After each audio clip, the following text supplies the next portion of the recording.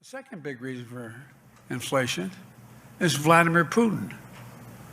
From the moment he put his over 150,000 troops on the Ukrainian border, the price of gasoline in January went up 75 cents.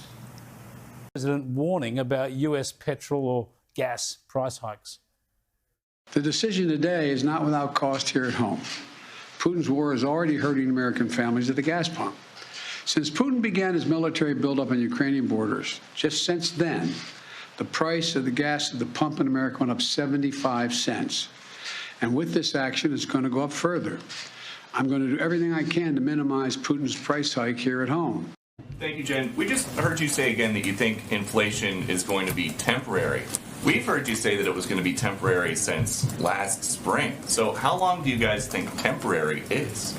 Well, again, Peter, I think what we do is we rely on the assessments of the Federal Reserve and of outside economic analysts who give an assessment of how long it will last. The expectations and their assessment at this point continues to be that it will moderate by the end of the year.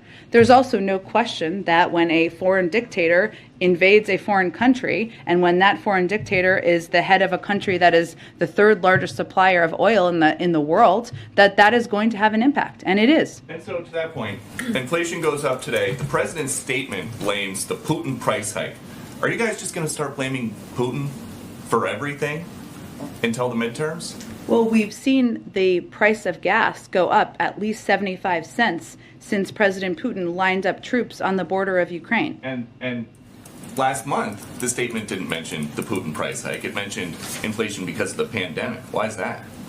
Well, Peter, last 2 years, there was a global pandemic. Everyone who's global economists have all agreed that that has been the biggest contributor to date of inflation because of the impact on the supply chain. Obviously, global events impact the global economy, as well as global inflation. And the price hikes as a result that have escalated over the course of time of President Putin's further invasion of the impact on the global oil markets are, of course, having an impact.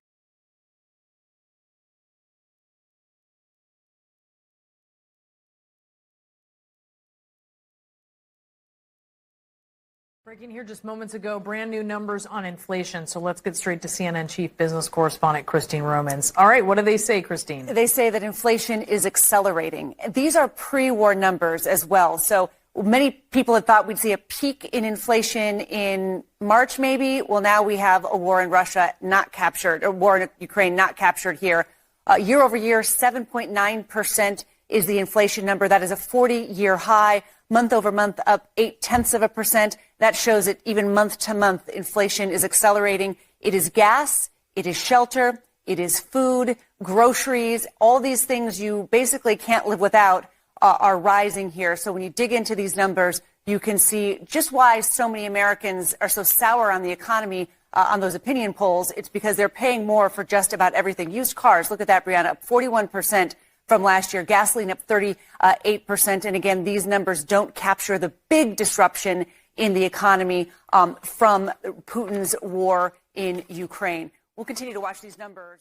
The February release of CPI Consumer Price Index, of course, is going to be huge. The month-over-month number, as expected, up 0.8%. The high water mark here was actually up 0.9. So we have a bit of a reprieve there. If you strip out the all-important food and energy, exactly as expected, up 0.5. That also has had a high water mark of up 0.9. That was all the way back in April of last year. Now we get to the money numbers. Year over year, as expected, it's 7.9% for year-over-year inflation, following 7.5 that could get revised. 7.9, we go to the Wayback Machine to find a higher level of inflation. You're looking at 8.4% in June of 82 as your comp, and on the year-over-year ex-food and energy, known as core, exactly as expected, up 6.4%. Of course, 6% in the rearview mirror. That still may get revised. 6.4%, well, that comps to the same as the 6%. 1982, August of 82, when it was 7.1%.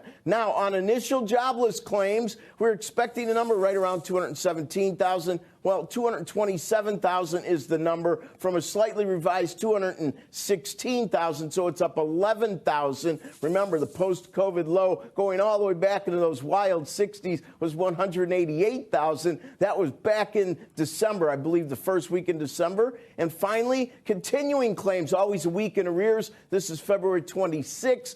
1,494,000, and that sequentially follows the slightly revised 1,469,000. The low water mark there was a couple weeks ago at 1,474,000. So these are good numbers. Maybe continuing claims isn't as good or initial claims, but they're still very good numbers. The big news obviously continues to be the push and pull of geopolitics into a Treasury market, much more, at least price-wise and statistically concerned with what's going to happen on March 16th, the upcoming beginning of a tightening cycle, already telegraphed to supposedly be 1/4 of a point. And, of course, this inflation news is going to be tough for the administration. Nothing, Joe, nothing has been more politicized than inflation. Just let's hearken back to all the things we've been through. First, it was transitory. Then,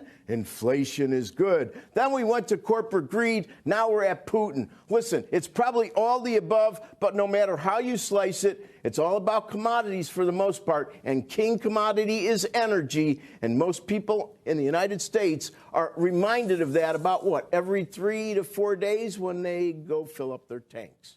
Back to you.